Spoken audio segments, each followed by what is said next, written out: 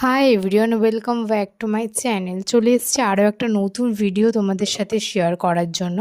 অনেক তো হয়েছে চিকেন বিরিয়ানি, মাটন বিরিয়ানি খাওয়া। চলো আজ তোমাদের সাথে এগ বিরিয়ানি শেয়ার করব।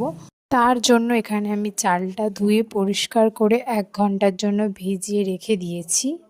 আর এখানে ডিমগুলো সিদ্ধ বসিয়ে দিয়েছি।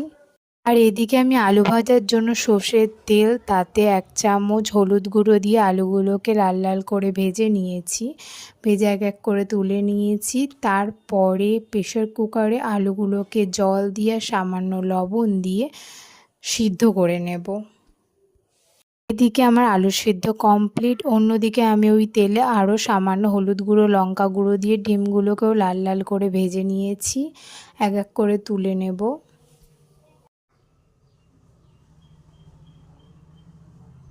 তারপরে ওই তেলে একটা তেজপাতা, একটা শুকনো লঙ্কা কেটে দিয়েছি। তার ওপর দিয়েছি 3টে মাঝারি সাইজের পেঁয়াজ কুচি ভেজে তুলে নিয়েছি লাল লাল করে।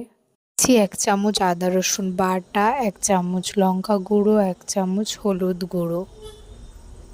তারপরে দিয়েছি একটা মাঝারি সাইজের টমেটো কুচি দিয়ে মশলাটা ভালোভাবে কষিয়ে নিতে হবে।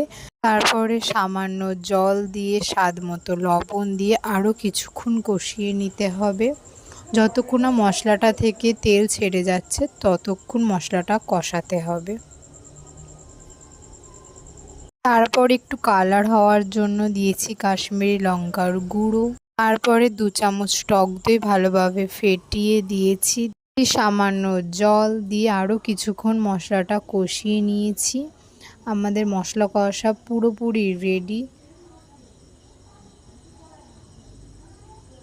তারপরে ওই যে আলু সিদ্ধ করেছি যে জলটা, ওই জলটাই অল্প দিয়ে কিছুক্ষণ ফুটিয়ে নিয়েছি।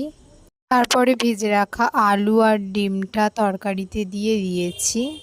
তারপরে কিছুক্ষণ ফুটিয়ে নেওয়ার পর দিয়েছি গরম মশলা দিয়ে তরকারিটা আমাদের পুরোপুরি রেডি এখানে। তারপর এদিকে রাইসটা করে নেওয়ার জন্য পাত্রে জল, 2টো তেজপাতা, লবঙ্গ, সামান্য লবণ দিয়ে জলটা ফুটিয়ে নিয়েছি। তারপরে ভিজিয়ে রাখা চালটা দিয়ে দিয়েছি। এদিকে একটা বাটিতে 2 চামচ দুধ নিয়েছি 1 চিবি কেওড়া জল, গোলাপ জল আর এখানে ফুড কালার দিয়েছি সামান্য। দিয়েছি বিরিয়ানির মশলা দিয়ে এটা ভালোভাবে গুলে নিয়েছি। এদিকে আমাদের ভাতটা পুরোপুরি রেডি। প্রায় 10 মিনিট ফুটিয়েছিলাম।